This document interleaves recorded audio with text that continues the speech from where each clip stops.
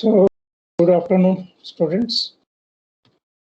In the previous lectures, we already covered how to obtain equation of motion and for multi-degree of freedom system using Hamilton principle and the Lagrange's equation. And then even we covered something on how to convert equations in the matrix form, especially the generalized form of the flexibility influence coefficient and the stiffness influence coefficient, and then the transformation from for one set of generalized coordinate to another. And those whatever mathematical background were based on matrix method, because here for illustration purpose we are showing the equation of motion only up to 3 degrees of freedom maximum, but in actual practice we can have a bigger system, but the concept will remain same. It will not change. So it is convenient if we use matrix method, which are very compact in nature, and the equations we can have, or we can able to use some kind of numerical technique to solve them. So now in the present chapter, we'll start solving those differential equations. At present, we are dealing with the discrete system. So in discrete system, we have seen that the equations are ordinary differential equation, and it can have forcing also along with that. So first, initially, we'll be solving the free vibration problem, which is very important for solving the forced vibration problem. And especially, I indicated in the last example of the previous lecture that we can use transformation, especially if we use the transformation matrix as eigenvector of the system itself, then we can able to decouple the equation of motions. So that means all the n differential equations which are coupled can be solved independent of each other once we transform the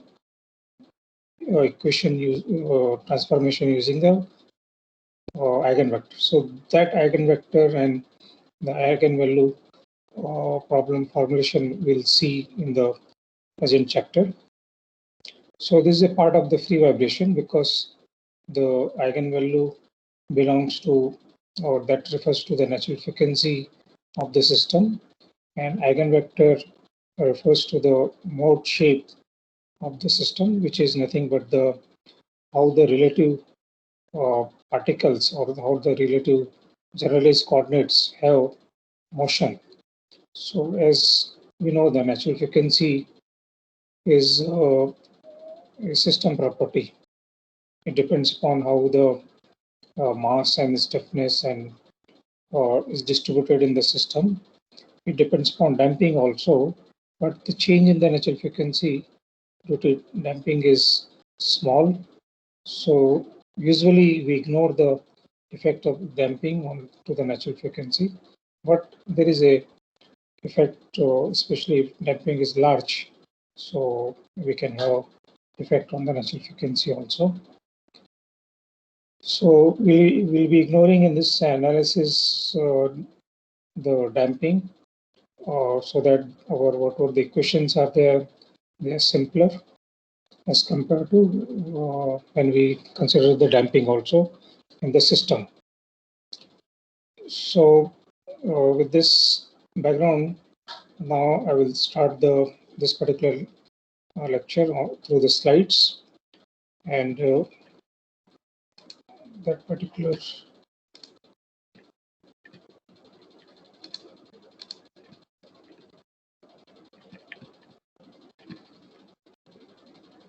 okay.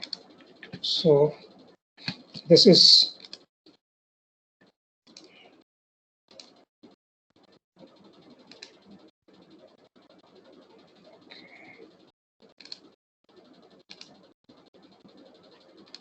Okay, I think it should be in there.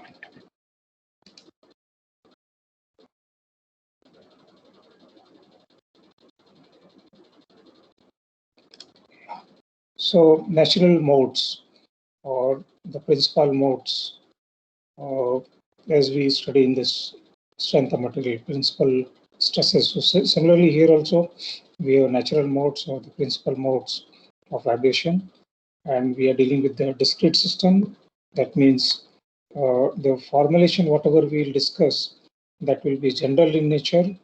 So that will be applied to any n number of degree of freedom system. N can take any value.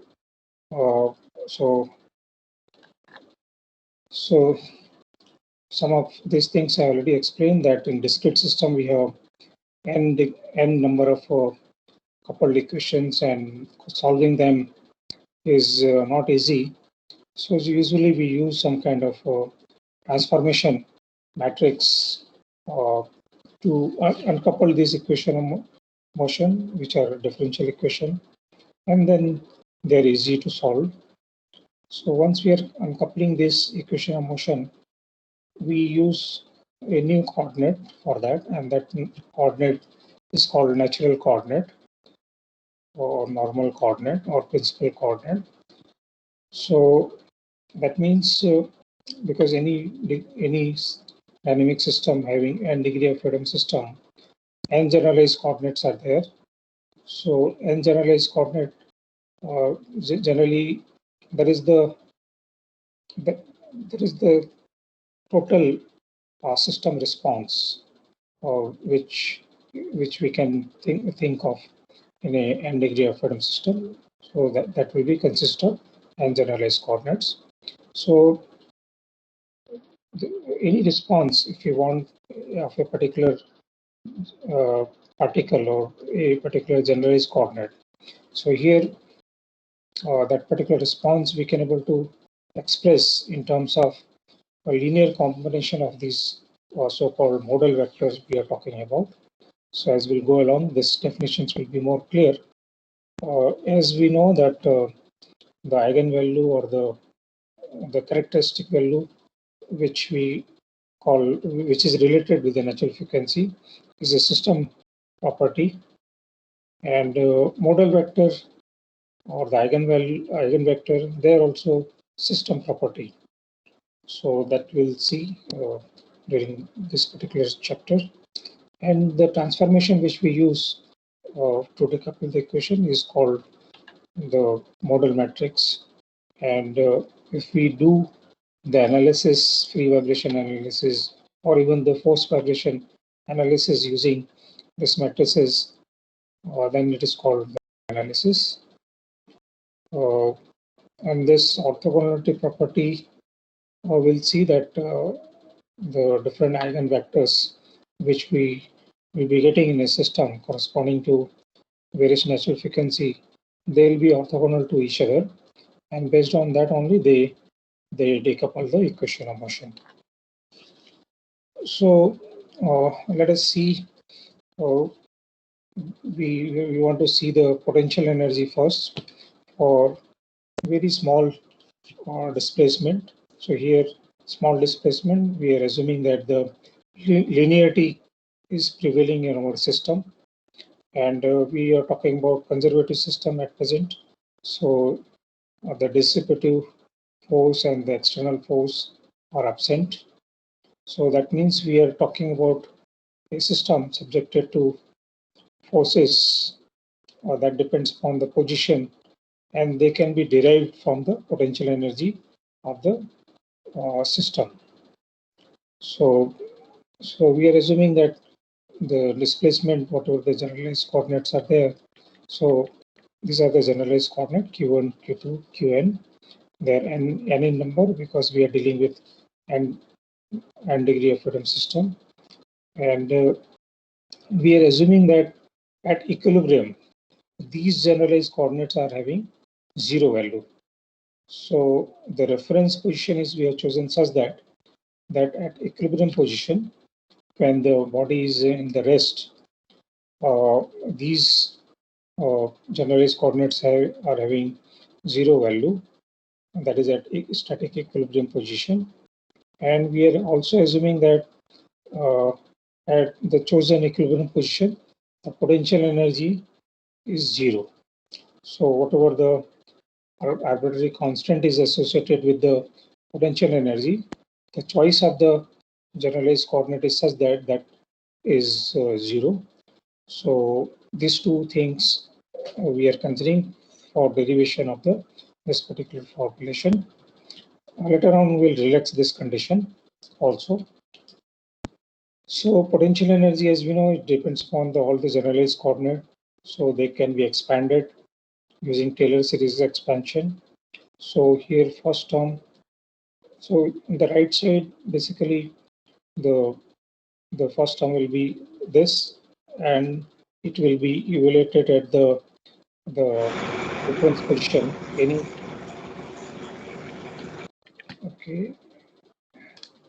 Any issues? Some noise came. Okay.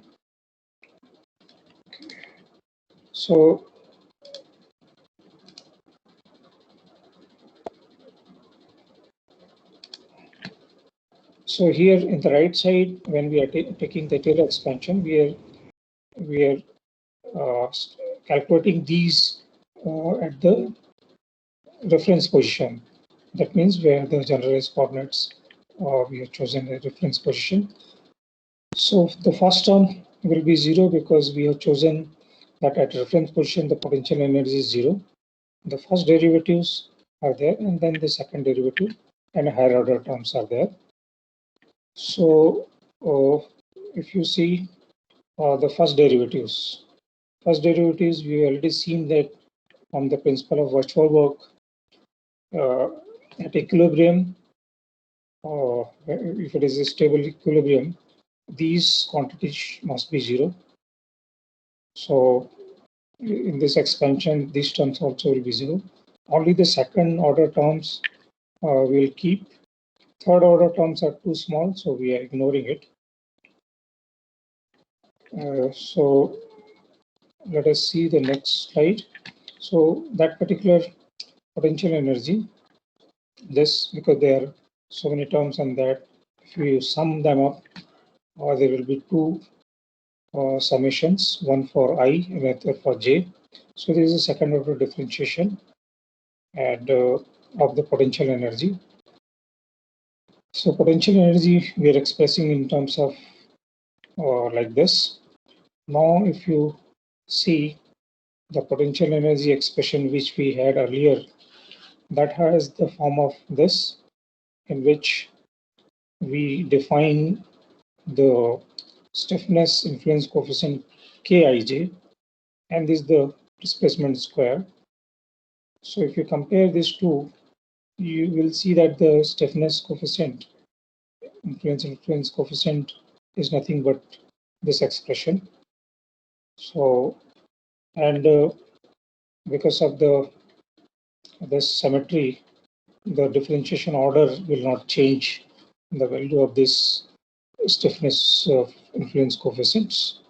So basically, the double derivative of the potential energy with respect to this coordinates will give us various stiffness influence coefficients. So they can be K11, K12, K13, like that. We can take all the matrix we had n by n matrix, so that can be obtained. And we already saw that the potential energy, especially, is having quadratic form. That means is having a displacement square term. And here the way we have chosen the reference axis, the potential energy is minimum at equilibrium position, that is equal to 0. So that is our choice was there. So potential energy will be minimum at equilibrium position, and that is taken as 0 there. So that means at other position, the potential energy for this particular case will be more than 0. Because at reference position is 0, so at any other position it will be more than 0. So we can able to say that the potential energy in this particular case is a positive definite quadratic function. positive definite because it remains positive at any other position except at the equilibrium position where its value is 0. And quadratic function because of the, the displacement square terms in the potential energy. But we'll see in the subsequent slide that this this may not be always the case, that the potential energy is 0 at equilibrium position. We may find that some system in which the potential energy is equal to 0 at some other displacements also. So that kind of system we will call as only positive, not positive definite, and those kind of potential energy will be positive, and the system will be calling that as a semi-definite system. So that I think will take up maybe in later after 2-3 lecture, semi-definite systems. So at present we are focusing on the positive definite quadratic form of the system, which we obtain from the present assumptions. Now, when we see the similar thing for the kinetic energy, then kinetic energy, as we know, is 0 when there is no velocity. And if there is velocity, there is always positive. So kinetic energy is always positive definite quadratic function. Quadratic function again because this is velocity square term. And here the inertia coefficient is also symmetric. So, and in the previous lectures, we have seen that the Lagrange's equation, when we substitute the mass coefficient and the stiffness coefficient in the Lagrange's equation, we can able to express that in a form of a matrix equation of size m by n. So I think this should be double dot. This is inertia term.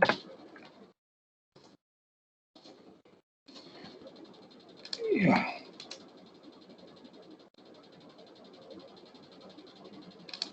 So this is a standard form of the mx double dot plus kx is equal to 0. So here we are dealing with the free vibration, so there is no force at present. So till now we talked about the positive definiteness of the potential energy function. The same thing can be extended for the positive definite matrix. So in this particular case, because the potential energy and the kinetic energy both were positive definite quadratic form, so here mass matrix and stiffness matrix also will call it as a positive definite. Yeah, so and when the mass matrix and stiffness matrix is positive definite, then the system also is called positive definite system. So we'll see that the positive definite system will be having the special characteristics of the eigenvalues, especially all the eigenvalue will be real, and they'll not be 0. None of them will be 0. But in other case, we'll find that the eigenvalue can be 0. But for this particular case, positive definite case, the eigenvalues will not be 0. Okay. So, but this is for a special case when the potential energy we are chosen as 0 when the generalized coordinates are 0. So, as I was mentioning, when if it is not the case, when we can have the potential energy 0 other than when the generalized coordinates are not 0, then the K matrix is called positive. But M matrix is always positive definite because that is related with the kinetic energy. So that system is called semi-definite system, in which we have the stiffness as positive and mass matrix is positive definite. Okay, so this is some definitions basically this positive, definite, and those definitions have come from the mathematics, but that is helpful for finding or to have the some knowledge about the eigenvalue, how it will be before the solution. So like for semi-definite system, we'll see that the at least one of the eigenvalue will be zero, or one of the natural frequency will be zero. Okay, so to apply the modal analysis for free vibration or forced vibration, this equation of motion we need to convert into eigenvalue problem. This equation, if you see, the right side is zero. So basically, this is a homogeneous equation. And once it is homogeneous equation, the solution of this will not be unique. But at certain conditions, we can get some specific solution which will satisfy this equation. So for that, when we want to attempt to solve this, basically this equation will be converted into the eigenvalue problem. And here, because the natural frequency, as I mentioned, and the mode shape, they are the system property. So when we are solving the differential equation without force, that means whatever the vibration we are expecting from that, that particular vibration characteristic, when we are talking about especially natural frequency, because that is a system property that is fixed. Mode shape is also in shape, they are fixed. Absolute value may not be, they are fixed. So that means when we are talking about mode shape, that is nothing but the relative displacement among various generalized coordinates. If relative displacement is fixed, that means independent of, or they're independent of time, because system property cannot change with time for such system. So that means the solution of this, we will try to find out which is separable in time. So it should be independent of time, whatever the solution we are finding, which is the characteristics of the dynamic system. So here, if you remember, in the mathematics, we use separation of variable method. So in mathematics, we use that. So here, we are using the concept, the same concept. So this is one of the generalized coordinate. We are assuming that there is some amplitude of that, and the time function is there. And this amplitude is changes with the generalized coordinate. And generally, it will be arbitrary amplitude. So we have n such equations of the generalized coordinate. Those equations, because this time function is independent of the I. So this equation can be clubbed in a vector form. So there's an n into n vector, and u amplitude can be here. And this function, which is time function, we are separating because this can come out from the matrix because there's a common. So if you differentiate this with respect to time, because here we have differentiation with respect to time of the Q. So if you differentiate, this will not get differentiated with time, only this will get differentiated with time. So that we substituted here, and instead of Q, we have substituted here. Now this particular equation is in a matrix form. If we expand them, if we multiply all these equations, we know these are n number of equations. So if we expand them, there will be n term in each equation, and there will be n such equations. So you can see n terms have been summed up here also, and such n equations are there with us. So you can see that how conveniently we can able to write such complex equation in the expanded form in a matrix form. So here we have expanded this, and if you see here, if we, because the right side is 0, if we take this from that side, we can able to take a ratio of the time function separately and the this summation term separately. So here that has been done. So we have taken the ratio of the time in one place and the summation in other place. Now if you see these two ratios, this ratio is time dependent.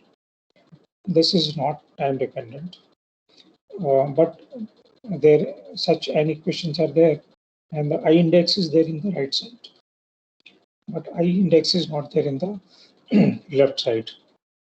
So how it is possible that one term is time dependent, other is not, or one term is dependent upon the index I, other not? So only possibility is when this two ratio is some constant. So we need to equate individually this two ratio equal to some constant, and the constant, whether we should be taking that as a positive or negative, that will depend upon the type of solution we need. So here we have taken the constant as a positive. So that is, we are equating that this equal to omega square. So the first equation is equal to omega square will give this, and this can be written like this. So if you see, this equation is nothing but, what is this condition? This is nothing but the condition of harmonic motion, in which the acceleration is equal to negative of the displacement. So this is the condition of the simple harmonic motion. So that means we are trying to seek some solution which gives the harmonic motion when we are choosing the ratio of this as positive. So omega square is a positive constant. If we are choosing is this ratio positive, we are getting a simple harmonic motion. And in the free vibration which we are solving, we expect that the motion will be harmonic in nature, or if there is no damping, it will not decay exponentially. So if we take this as negative constant, then the solution whatever we'll get will be exponential in nature. But for present case, when there is no damping in the system, we expect that the solution will be harmonic in nature. So our choice of the constant is justified here, and basically we'll find that omega will be the frequency of the vibration of the system. Now the second part, we have taken care of the left part. The right part, when we equate to the same constant omega square, we can write that equation like this. So we have clubbed those two equations in one place, and they're any number.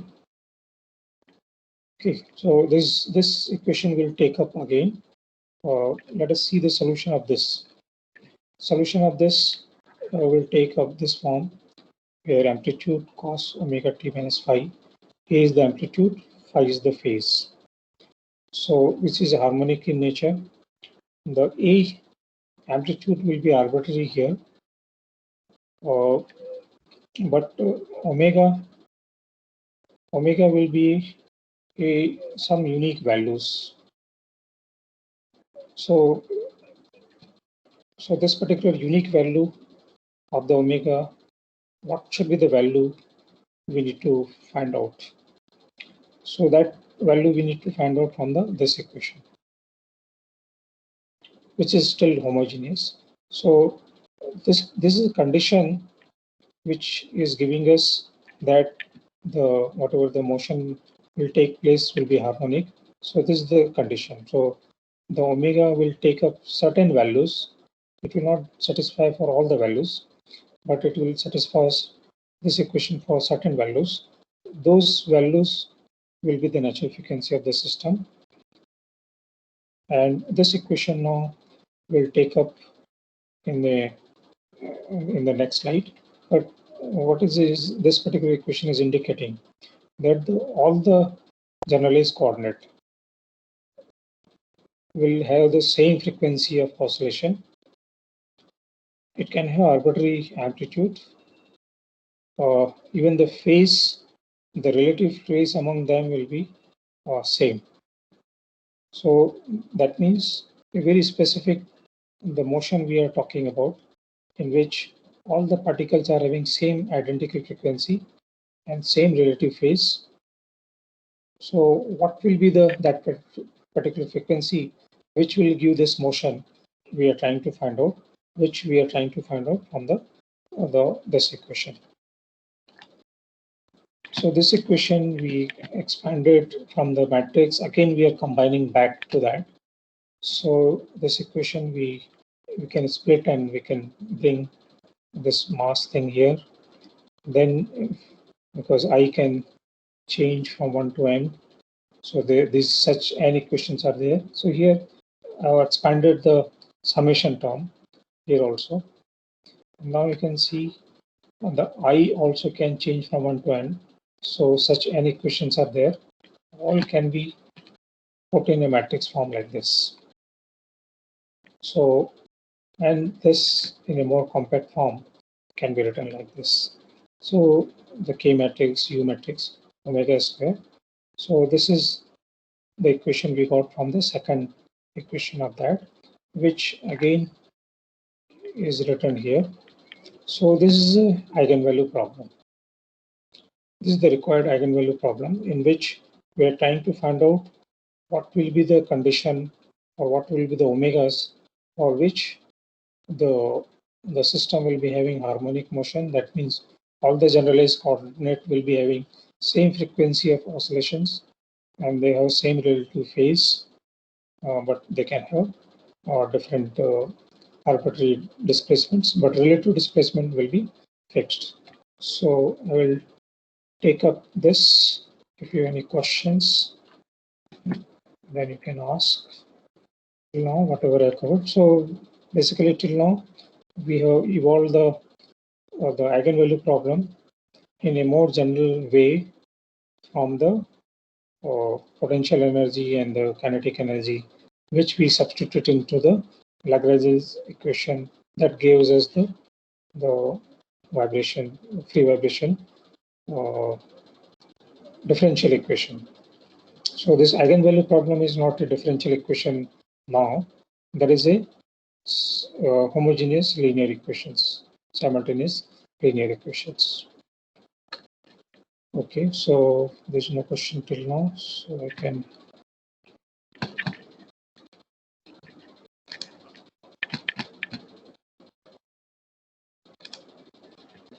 Okay, just a second.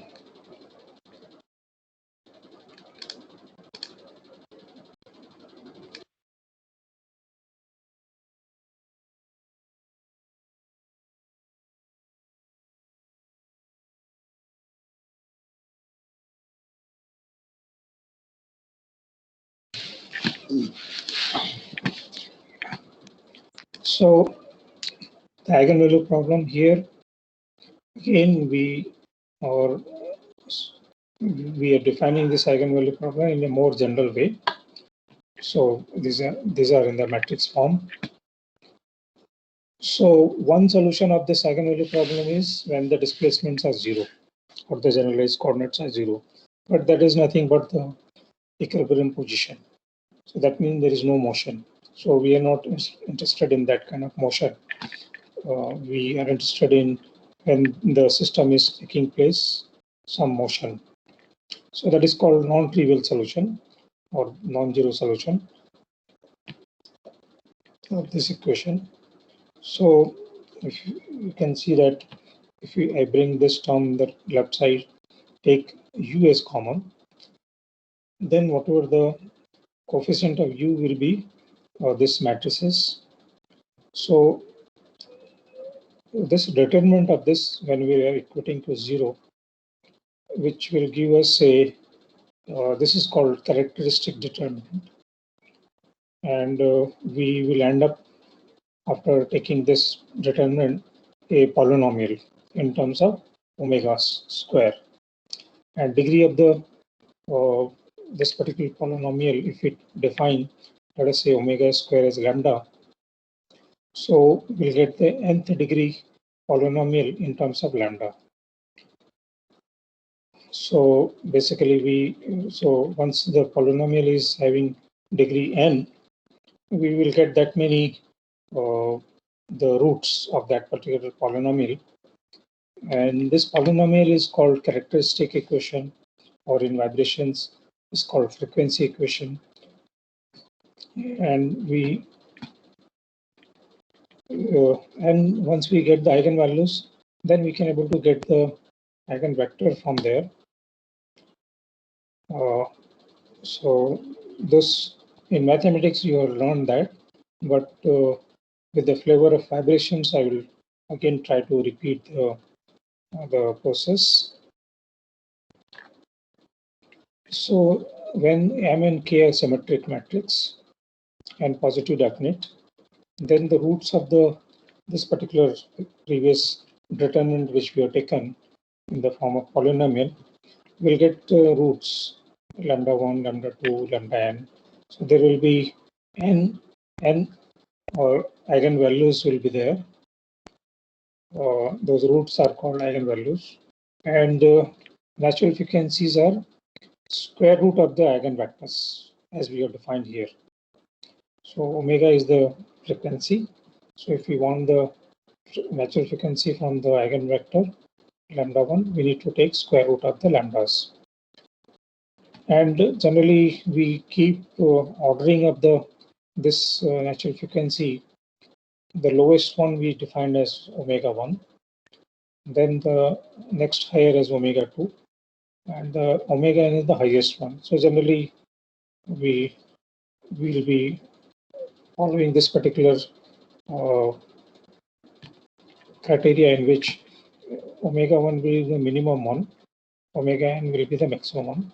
In some softwares like MATLAB or Scilab, sometimes they will give this eigenvector not in this particular order. So we will prefer to put them in this particular order, so that we know that the first natural frequency is the lowest one, and the last one is the highest one. So corresponding to these eigen values, we will be getting the so-called eigenvectors, which are nothing but the relative displacement between the generalized coordinates. So they are also is characteristic of the system. And in most of the case, this eigenvector will be distinct. Not only they will be real, but distinct also. So you can see that why we are insisting that the eigenvalue will be real. If it is real and positive, if it is not positive, the natural frequency will be square root of the negative. That means that will be not a feasible solution. So whatever M and K we are choosing will have this particular form, because this is a realistic system. So we should have real natural frequencies. In very specific case, some of the eigenvalues can be equal, because roots of the polynomial can be equal, and sometimes it can be zero, but for very specific case. So at present we are not considering this. Subsequent lectures will consider especially the zero natural frequency case. Okay, so now we could able to solve part of the eigenvalue problem, in which we could able to specify, okay, these are the frequencies for which we'll be having that harmonic motion. Only for these frequencies, not for some other. And as such, these frequencies are independent of each other. they're not multiple of each other or some factors, but they are independent of each other. So once we have got the frequency, now the next step is how to get the magnitudes of the displacements, which for this particular harmonic motion which are taking place. Okay, and so now next will be that. So what we'll do, we'll pick up one of the natural frequency or eigenvalue from here. We'll substitute in our eigenvalue problem. So you can see this is a very specific eigenvalue problem in which the omega r square natural frequency has been put. So corresponding displacement vector is also having superscript r. This is also r, and r can change from 1 to n, no issue. So that means this is defined for a particular eigenvalue. So at present for the rth eigenvalue. So whatever the solution we'll get from this, the displacement, that will belong to this particular eigenvalue, omega r. If we are taking r is equal to 2, so whatever the solution we'll get regarding the displacement here will be corresponding to the second natural frequency. If we are taking this r as, let us say, 5, then whatever the relative displacement we are getting, that will be corresponding to that particular natural frequency fifth. So that means there is a unique relationship between the natural frequency and the relative displacements. Relative displacements are nothing but eigenvectors. So we have n number of natural frequencies. We'll be having corresponding n number of eigenvectors, and they will be unique in relative terms. Okay, and the combination of all those eigenvectors, they are n in number. So each of them is called modal vector or characteristic vector. So like u raised to r is a modal vector.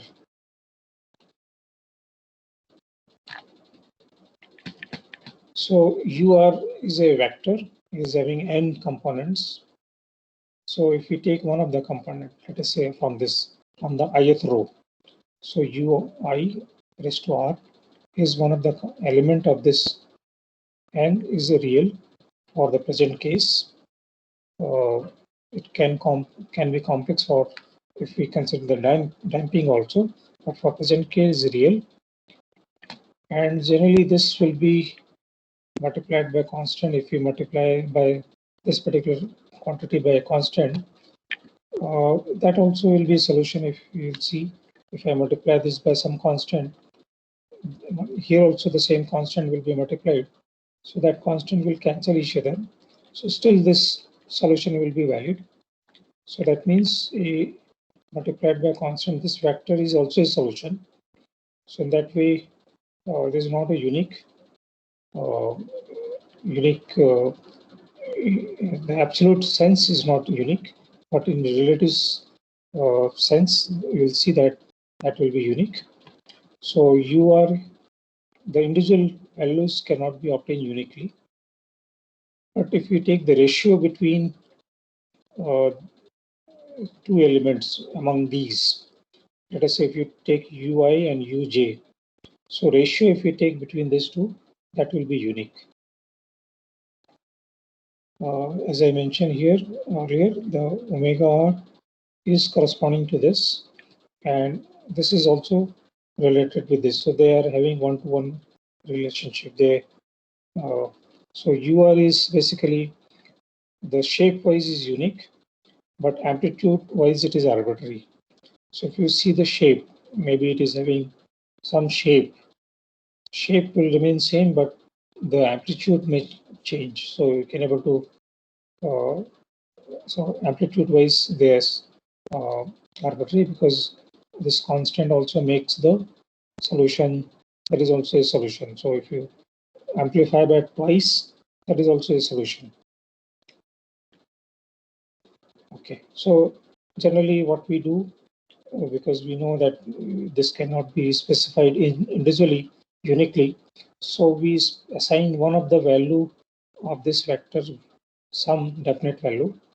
Once we assign to one some definite value, rest of the other values will be definite in the sense that we are uh, we are normalizing the that particular quantity. So if let us say I'm talking about this particular vector having n terms from 1 to n, if I divide whole terms of this by ur or ui, let us say ui, so what will happen? And ui, that particular ith row will be 1. Rest of the other terms will be normalized with respect to that quantity. So like first one will be u1 by ui, u2 by ui, like that. So those will be having unique ratios, and generally it is called normalization. We are dividing one of the element of this to all of them, so that the ratio is unique. And there are different normalization processes. We'll see this normalization process is having no physics. It's just for convenience, because with that we can able to find out how the relative displacements of different particles will be having motion. Okay, so normalization of the vectors. One of the procedure I mentioned that we take up one of the elements and divide all the vector in that. That is the one process. But there are some other systematic process, like we sometimes normalize with respect to mass matrix. So this is called normalization with mass matrix, and generally we'll prefer this. I'll tell why we'll prefer this. Uh, so this is the mass matrix. This is the eigenvector which we obtained. Transpose of that we are pre-multiplying with the mass matrix, and we are equating that equal to 1. So here we are normalizing the eigenvector with respect to the mass, where r can take value from 1 to n. For each of the eigenvector, we have n eigenvector, we can equate this equal to 1. Sometimes we normalize with respect to stiffness matrix, but this is very uncommon. Generally, we normalize with respect to mass matrix. Is something like in the equation of motion when we have mx double dot plus kx is equal to 0. If we divide by mass throughout the equation, we'll get mx double dot plus k by mx is equal to 0. So when we are doing this, whatever the equations we'll get, we'll be having that form. Instead of mx double dot, we'll get x double dot. So we'll see how once we we'll do the modal analysis, the equation of motion, how it gets simplified to that form. So this is another way. As I mentioned, the normalization is having no as such physical consideration, only it is done to have convenience, either in the displaying the relative displacement or in the analysis. Second way, which I already told, that assign the value unity to the largest element. So you pick up in this particular vector, which is the largest, you assign that to 1. That means you scale others with respect to this particular largest element. So the eigenvectors will be having values 1 or less than 1. Basically, if, this can have negative values also. So we'll have values from -1 to 1. In the extreme case, we can have -1 to 1. Otherwise, if all are positive, then it will be from 0 to 1. So normal modes or this eigenvector and the normal modes are same, which are nothing but again I'm repeating the relative displacement among various generalized coordinates. So normal modes are also characteristics of the system, just like natural frequency. and they depends upon the distribution of the inertia and the stiffness coefficients. When the damping is there, it will depend upon that also. But then the normal modes will become complex in nature. We will not consider that particular case in which we have damping also. So in that particular case, the normal modes will be complex, which will be having real part, imaginary part. That is, we will not consider for time being. Okay, so normal modes can be excited independent of each other. So normal modes, that means the eigenvector, we can able to excite independent of each other. So it depends upon how we are disturbing the system. The initial condition, IC is nothing but initial conditions. So it depends upon the initial condition or the excitation force, frequency. Let us say the same system is having some excitation force, and the excitation force is having frequency equal to, let us say, Rth natural frequency of the system. So that particular system will bound to vibrate with relative displacement between various masses, same as Rth mode shape or the Rth normal modes. So this is very important. If the system is having frequency of oscillation, Rth natural frequency, it will be having relative displacement of the Rth mode shape, which we obtain here. Other way around is also possible if somehow we have excited the system to have similar amplitude ratio as the Rth mode, then the system will oscillate with the Rth natural frequency. So vice versa is also possible. So if system is having omega r, it bound to have relative displacement governed by this eigenvector, and vice versa. So this is very important because both are system property. If system is vibrating at a certain excitation frequency of natural frequency, it will be having the same mode shape corresponding to what we obtained from the eigenvalue problem. So I think I will stop here, and then in the next class I will take up the property of this particular eigenvalues and eigenvector. If you have any question till now, maybe you can ask me. So this was background for eigenvalue problem. We already saw how we can able to obtain the eigenvalue problem from the free vibration equations.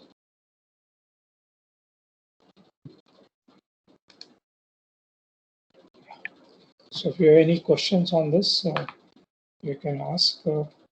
Yeah, Manpreet. Good evening, sir. Yes.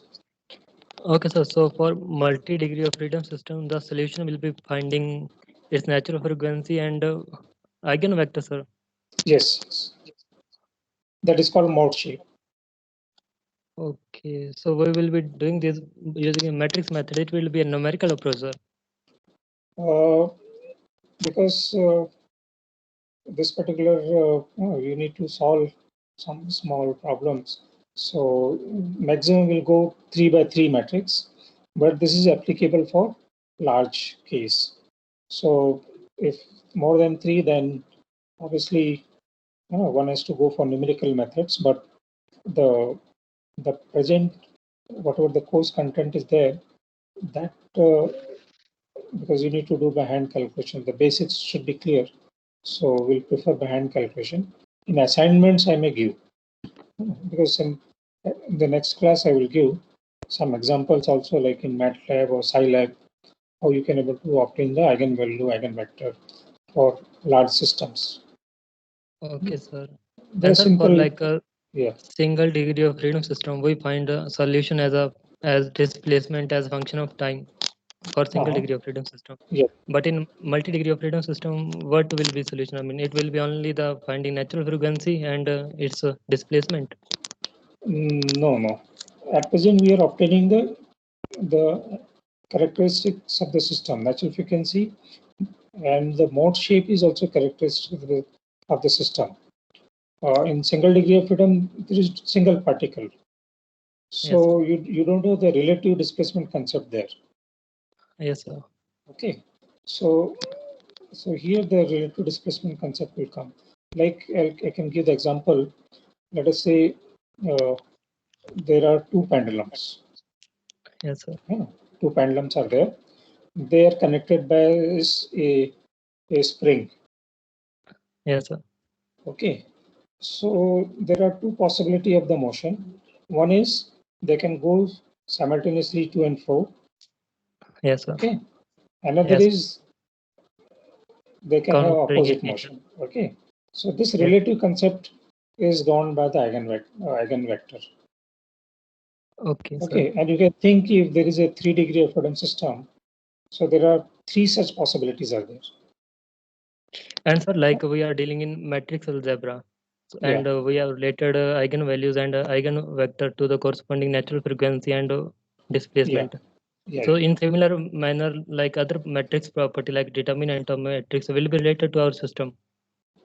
I Or mean, like we have taken the determinant. Here we have yes, taken the means determinant only to get the characteristic polynomial or the frequency equation. means all those mathematical property will be showing some characteristic our system. Uh, if you see in the eigenvalue problem, we took the determinant of the k minus omega square m. Yes, sir, to get So characteristic equation. yes, so that is the characteristic equation. Okay, so it is a determinant. Yes, Here, determinant only we took, no, to yes, get sir. the polynomial. So that is a Okay. system So much property. mathematics, sir. It is being very much intuitive. Hello. Hello. Ah, Sir, I'm saying that due to so much mathematics, it is becoming unintuitive. Means what is okay. happening to the physical Yeah, system. yeah. The course itself is like that. You cannot help in that. Yes, sir. So because vibration is full of mathematics. So, but that's why we are not going for more than 3 degree of freedom system. Mostly we'll be solving two degree of freedom systems. Two or three. That's all. The same thing can be extended for multi 3, 4, 5. It can be Yes, sir. extended. Okay. Yes, sir. Okay, sir. Thank you. Okay. Rakesh. Question, Rakesh. sir. Yes. Sir, these U are like eigenvectors are independent of each other, right, sir? Yes, they're independent, just like natural frequencies. Sir, then I have a doubt in normalization, but in that one normalization, we are keeping the biggest eigenvector as 1. Then the others Yes, are also getting scaled. So how is yes, it yes. possible? So we need to do for individually. Like if I take up the first eigenvector, I'll normalize to that. Okay. And the second, again, I'll find out which is the maximum and normalize with respect to that. So individually we need to do because they're independent of each other. So we need to do for each of the eigenvectors normalization. Okay. Okay, sir. Ah. Okay. Now, like in the mass normalization, there also I am doing for the rth eigenvector.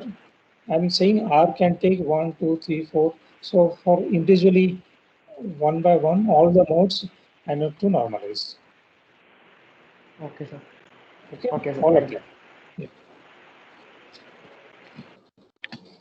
Yeah. Okay. Any other question?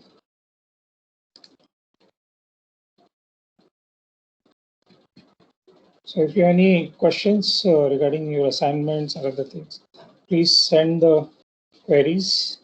We are trying our best to grade those assignments and the quiz because our TAs, they are also affected because of this COVID. So they're in home some are in hostel, so they're also trying difficulty in checking, but we are trying that.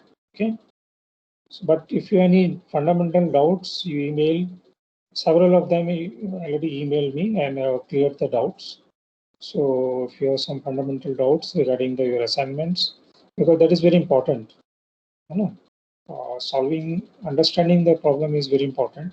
If you have any doubt in how to choose the generalized coordinate, how to write the potential energy, any specific doubt, you can ask. You cannot just say, give me the solution of this problem. You need to attempt. Then only you can able to learn the subject. And that's why I've given individual problems so that you can put your mind. And only 3 problems are there. If you have doubt, you ask through email. Okay, then have a nice weekend.